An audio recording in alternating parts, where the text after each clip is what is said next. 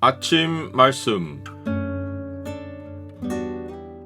오늘 본문 말씀은 누가복음 18장 9절에서 17절입니다.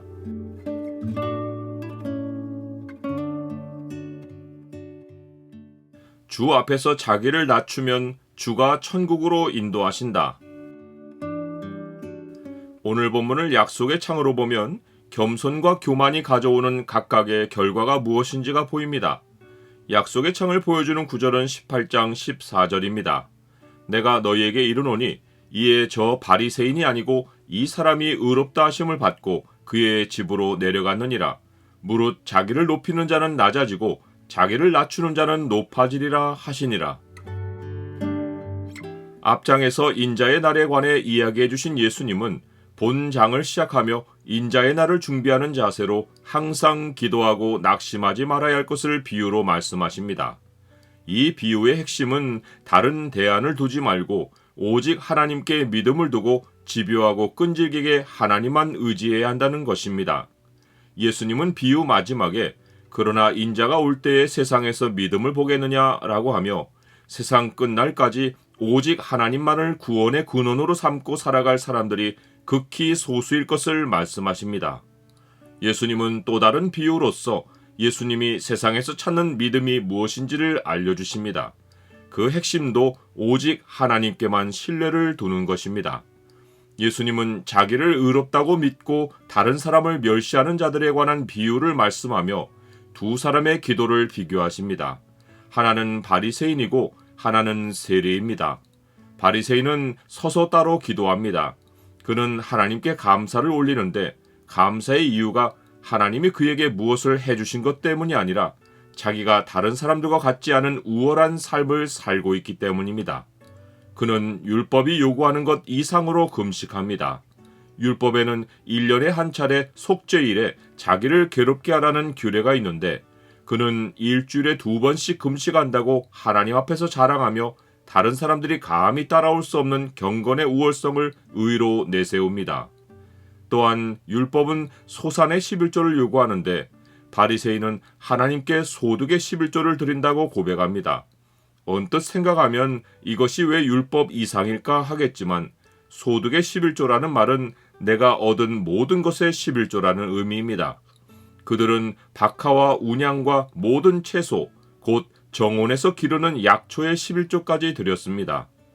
그들은 공의와 하나님께 대한 사랑은 버리고 율법을 철저히 지킴으로써 자신들이 종교적으로 우월하다는 것을 하나님 앞에서와 사람들 앞에서 과시했습니다.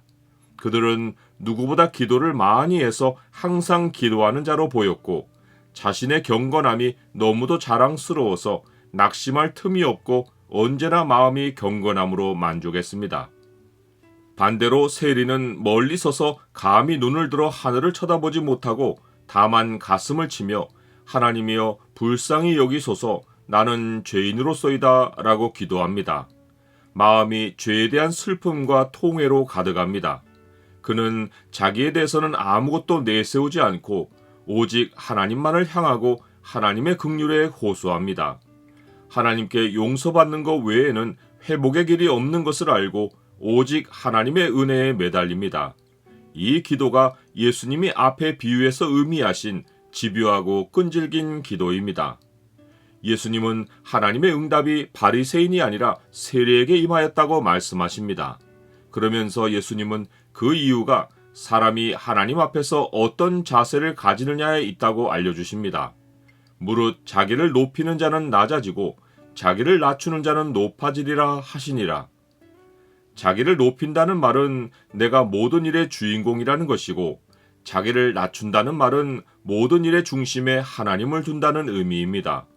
이 비유가 인자의 날을 준비하는 자세와 연결되어 있는 것을 생각할 때 자기를 높이는 자가 낮아지는 것은 마지막 날에 버려둠을 당하는 것이고 자기를 낮추는 자가 높아지는 것은 마지막 날에 데려감을 당하는 것입니다. 나는 하나님 앞에서 아무것도 자랑할 것이 없는 자임을 인정합니까?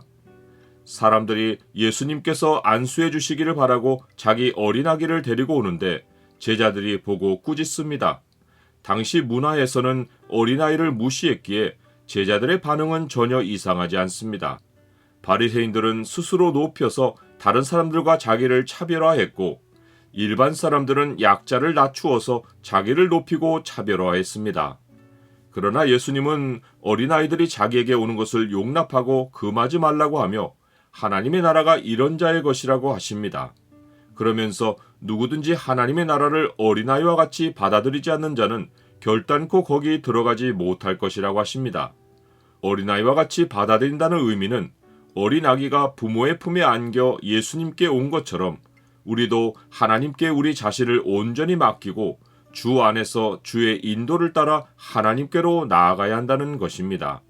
세리이든 어린아이이든 인자의 날을 준비하는 바른 모습은 하나님에 대한 절대 신뢰입니다.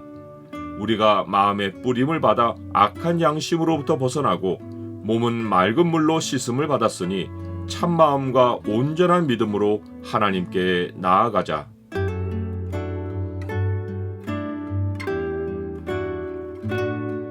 주님, 저는 주의 은혜로 구원받아 주의 은혜 안에서 살고 있습니다. 날마다 주의 긍휼하심을 바라고 주 안에서 겸손히 살기를 원합니다. 주가 제 안에 계시고 제가 주 안에 있으니 인자의 날에 저를 안으시고 천국으로 인도하옵소서. 예수 그리스도의 이름으로 기도드립니다. 아멘.